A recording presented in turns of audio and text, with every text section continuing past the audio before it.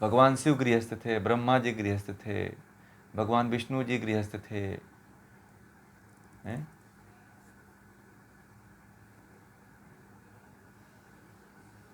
ये संन्यास परंपरा आदि शंकराचार्य के बाद चली है ना। उनके शिष्यों ने 10 नामी संन्यास परंपरा जब से चली है।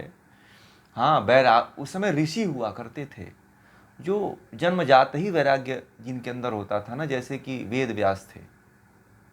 ठीक है, तो ये लोग अद्भुत वैरागी सन्यासी हुए। और विश्वामित्र जो है राजर्षि कहे जाते हैं। तो राजा के बाद जो ऋषि बनता है उसे राजर्षि कहा जाता है। देव ऋषि तो जो जो देवताओं से बनते हैं, जैसे नारद जी हो तो देव ऋषि इनको कहा जाता है। ठीक है, जो राजा, पहले ये राजा थे, फिर उनको उनको वैराग्य प्राप्त हुआ और वैराग्य राजपाट छोड़ करके वो ऋषि बन गए। विश्वामित्र जो है राजर्षि थे, पहले ये राजा थे, उसके बाद जो है ऋषि बने।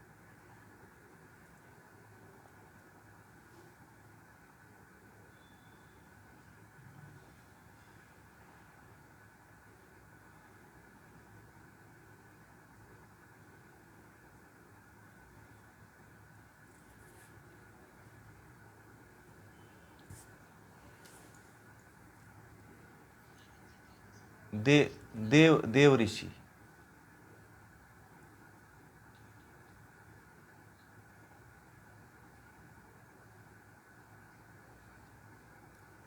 नहीं, देवताओं में भी जो ऋषि हैं जिनके अंदर वैराग्य है, जो ब्रह्म को प्राप्त, जिनके अंदर वैराग्य नहीं होता है वो ऋषि थोड़ी बन पाते हैं।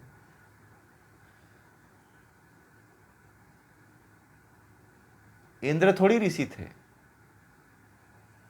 इंद्र ऋषि थोड़ी थे। मैं ये कह रहा हूँ वो ऋषि थोड़ी थे, वो भी देवता थे परंतु ऋषि नहीं थे ना।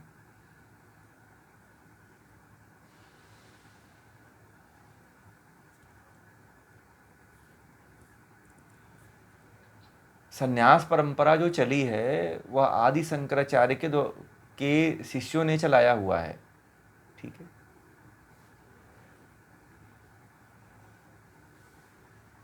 पता है आदि शंकराचार्य ने स्वयं संन्यास लिया था।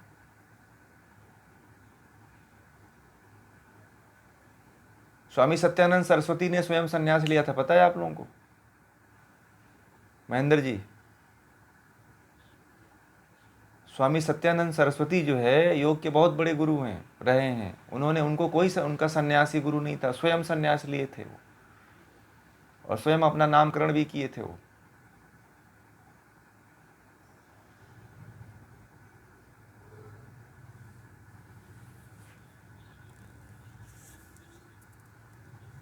सत्यानंद जी की बात कर रहे हैं? हाँ हाँ, उनके सत्यानंद, शिवानंद,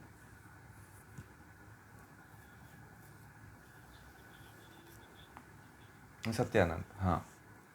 तो ये था।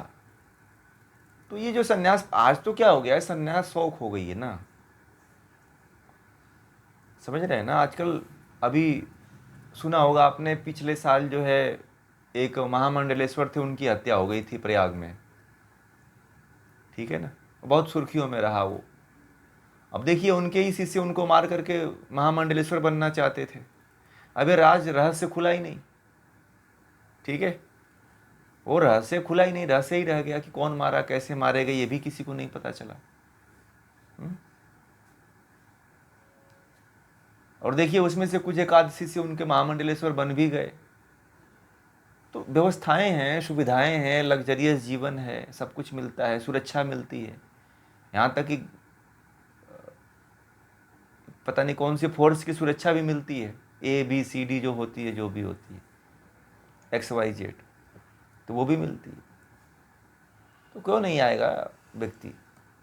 तो ये थोड़ी वास्तविकता है, ये थोड़ी अध्यात्म का चरम प्रखर स्तर है।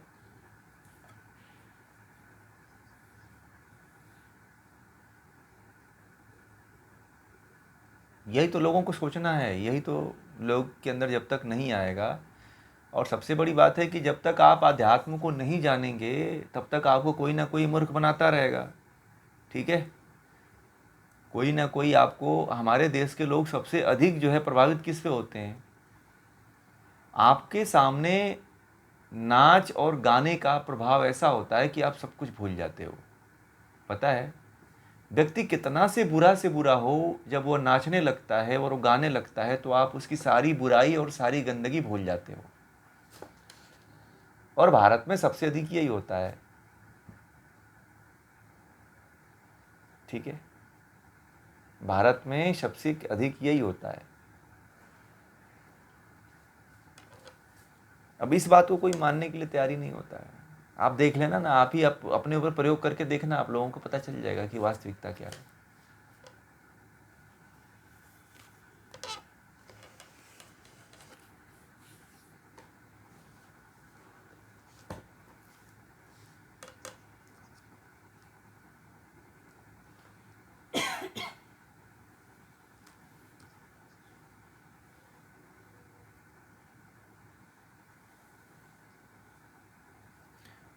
जिसको ज्ञान नहीं होगा और जो ब्रह्म से नहीं जुड़ेगा वो परेशान ही रहेगा।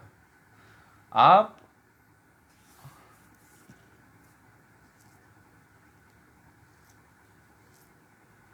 तो आप ऐसे व्यक्ति को रखोगे, जिस साधारण व्यक्ति को रखोगे और अज्ञानी व्यक्ति को अपना आदर्श बनाओगे या उसको गुरु बनाओगे तो आप हमेशा परेशान रहोगे।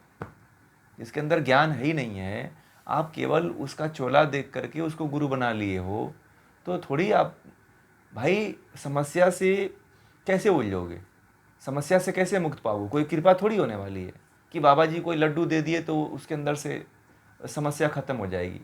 अब वो उनको गुरु माना है तो गुरु उसकी समस्या निराकरण करें। तो अब गुरु को पता ही नहीं है कि समस्या कैसे निराकरण करेंगे। ठीक है, अब गुरु से प्रश्न पूछने पे वो भाग जाते हैं। गुरु जी कहते हैं कि मेरा जो है साधना का समय हो रहा है। अब साधना पता नहीं क्या क्या करते हैं, कुछ समझ में नहीं आता। इसी को लोग अध्यात्म कहते हैं। गुरु जी कह देते हैं कि मेरा साधना चल रहा है। आप जिसकी समस्या नहीं निराकरण कर पाओ, ये बताओ, आप लोग गीता पढ़ रहे हो ना, इस गीता में क्या है? अध्यात्म क्या है? संवाद है ना, संवाद ही है ना। तो जब जो गुरु शिष्य के सामने संवाद न कर पाए, वह गुरु है क्या? गुरु है क्या? अगर मैं आप लोगों के प्रश्नों का जवाब न दूं तो क्या आप मुझसे जुड़ोगे? हैं? वह गुरु गुरु नहीं, मैंने एक दिन कहा था कि वह गुरु गुरु नहीं है जो आपकी समस्या का निराकरण नहीं कर सके। क्योंकि हमारे जितने शास्त्र हैं वह सभी के सभी क्या हैं? संवाद रूप में हैं। आप गुरु से संवाद नहीं कर पाते हो तो समझ जाना कि वो गुरु नहीं है। ये ध्यान रखना आप लोग। गुरु वही है जो आपसे स्वस्थ संवाद कर सके। ध्यान रखना आप लोग, कभी भटकना मत। ये मूल मंत्र आपको बता दिया। गुरु की पहचान करना हो तो कर लेना आप।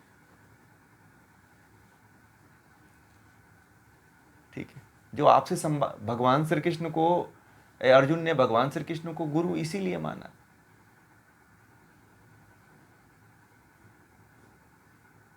क्यों? क्योंकि अर्जुन के सभी प्रश्नों का, एक एक बात का भगवान श्री कृष्ण को ध्यान रहा विषाद योग में। और उस विषाद योग के पहले अध्याय में जो विषाद योग है, उस एक अध्याय के बाद जो है भगवान श्री कृष्ण ने 17 अध्याय में 17 प्रकार के योगों की बात कही। ठीक है, और इतना बड़ा बड़ा ज्ञान दिया अर्जुन को कि आज वो एक गीता बन गई। मैं इसीलिए तो कहता हूँ, आप लोगों का प्रश्न रहेगा ना तो गीता बनेगी, उपनिषद बनेगा, नया ज्ञान निकलेगा। जिसके पास प्रश्न नहीं है, जिसके पास, तो वो अध्यात्म को जान कैसे पाएगा? मैं तो इसीलिए कहता हूँ आपके पास प्रश्न होना चाहिए। आप अभी खाली हो, पात्र खाली रखो आप कि भर सको। भर करके आएंगे तो नहीं मिलेगा। पात्र खाली रखेंगे, जैसे छोटे बच्चे होते हैं ना, तो वो उनको कुछ दो ना खाने के लिए तो छुपा लेते हैं बर्तन में से। वो छुपा के पीछे रखेंगे और बर्तन को खाली को सामने रखते हैं। तो सामने वाला प्रसाद दो तो प्रसाद वालों को पता होगा। क्यों सुनील जी? बच्चे ऐसे ही प्रसाद करते हैं ना, गणपति उत्सव में जाते हैं तो प्रसाद लेने के लिए, तो उनको थोड़ा सा दो तो वो छिपा लेते हैं, फिर आते हैं, फिर थाली खाली लेकर के आते हैं, तो आप सोचते हो कि ये पाया नहीं है, बस इसको और डाल दो, छोड़ो जाने दो, दे देते हैं।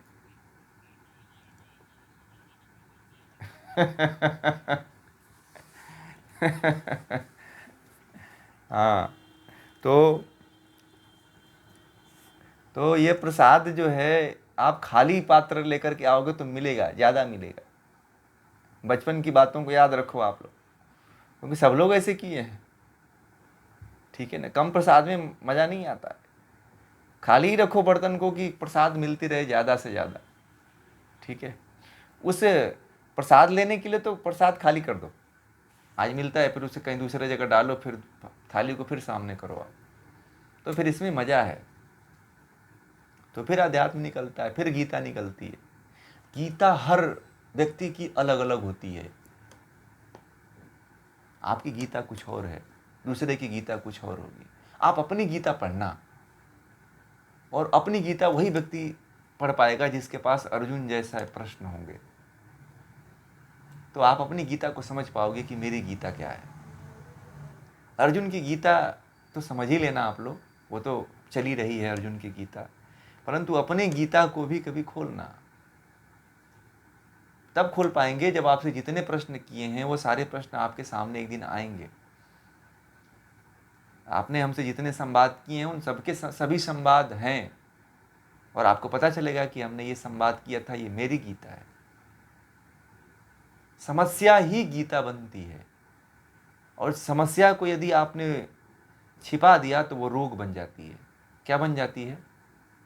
समस्या निकल गई तो वह ज्ञान बन जाता है, और समस्या यदि आपने दबा लिया तो क्या बन जाता है? रोग बन जाता है। और जब रोग बन जाता है तो क्या होता है? शरीर का नाश हो जाता है फिर। ठीक है, गीता इसीलिए जरूरी है।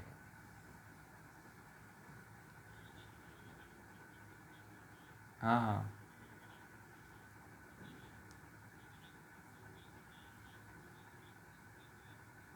हाँ, नहीं होंगे। आप अपने आप को अव्यक्त रखोगे तो कौन क्या जानेगा कि आप क्या हो। आप अपने आप को छिपा करके रखना चाहते हो तो किससे छिपा रहे हो भाई? आप आप इस दुनिया में दूसरे से छिपा करके अपने आप को केवल नष्ट कर रहे हो। कुछ लोग, आज हार्ट अटैक आने का कारण क्या है? महिलाएं बहुत सी बातों को छिपा करके रखती हैं, और बहुत से लोग जो है बहुत सी बातें छिपा करके रखते हैं, इसीलिए वो क्या बनता है? सेफ्टी वाल्व को ज़्यादा से ज़्यादा कुकर को बंद कर दो ना, तो फिर क्या करता है वो? फिर ब्लास्ट हो जाता है, और व्यक्ति अपने ही अपने ही विचारों के बारूद से नष्ट होता है। इसे, हाँ, इसीलिए व्यक्त करो आप। अव्यक्त समुद्र की तरह ना कुछ रखो मत। समुद्र क्या करता है? एक तिनकों को भी ला करके किनारे पे छोड़ के चला जाता है। कुछ रखता है क्या अपने भीतर? समुद्र को देखे ना आप लोग, कितने लोगों ने देखा है? जो नहीं देखे एक बार देखिएगा, जा करके बैठिएगा कम से कम, और देखिएगा समुद्र में एक थोड़ा सा कागज का टुकड़ा भी है ना, तो उसको एक आप बोतल छोड़ते हो ना, तो बोतल भी कहता है कि नहीं मैं नहीं रखूंगा, तू ही ले ले, किनारे पे लाके छोड़ देता है। एक बोतल भी नहीं रखता है समुद्र, बोलता है कि मुझे ये भी नहीं लेना है, तू अपने पास रख। समुद्र जैसा बनो आप। क्यों कचरा इकट्ठा करके रखे हुए हैं? और कचरा इकट्ठा करके रखते हैं और सोचते हैं कि मैं बड़ा सहानुभूति वाला व्यक्ति हूं, मैं दूसरे के प्रति सोचता। अरे ये दूसरे के प्रति नहीं, आप अपना नाश कर रहे हो।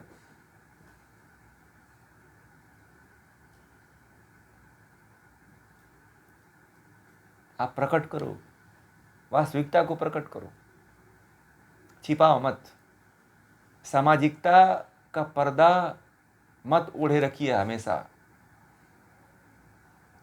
ठीक है, हाँ जरूरी है सामाजिकता का पर्दा, परंतु यदि आपके अध्यात्म में भी इसको ओढ़े हुए हो, अध्यात्म के रास्ते में भी इसको ओढ़े हुए हैं, तो यह ज्ञान नहीं है, अज्ञानता का लक्षण है, मूर्खता का लक्षण है ये।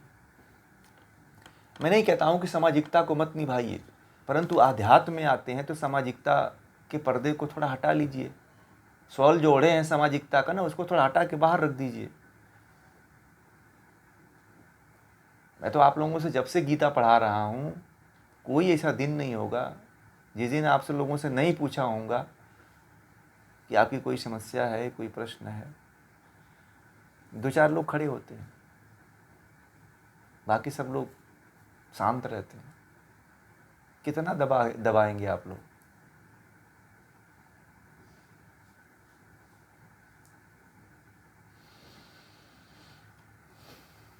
इसलिए निकालिए। और गीता पढ़ने के बाद यदि नहीं निकला तो मुझे नहीं लगता है कि फिर वो निकलेगा, फिर तो दफन हो जाएगा, फिर उसको निकालना मुश्किल है। जब निकलेंगे तो पुराने संस्कार अभी जमे हुए हैं, उनको भी बाहर निकालना है।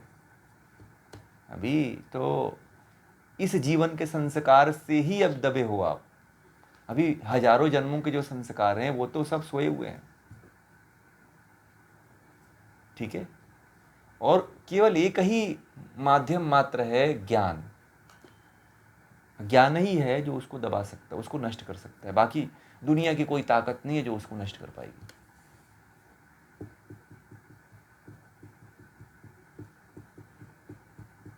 समझ गए ना आप लोग? ठीक है। इसलिए ध्यान रखिएगा आज के बाद कि समुद्र की तरह बनना है।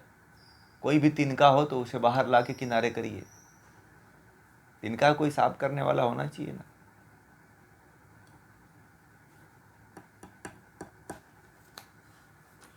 ठीक है।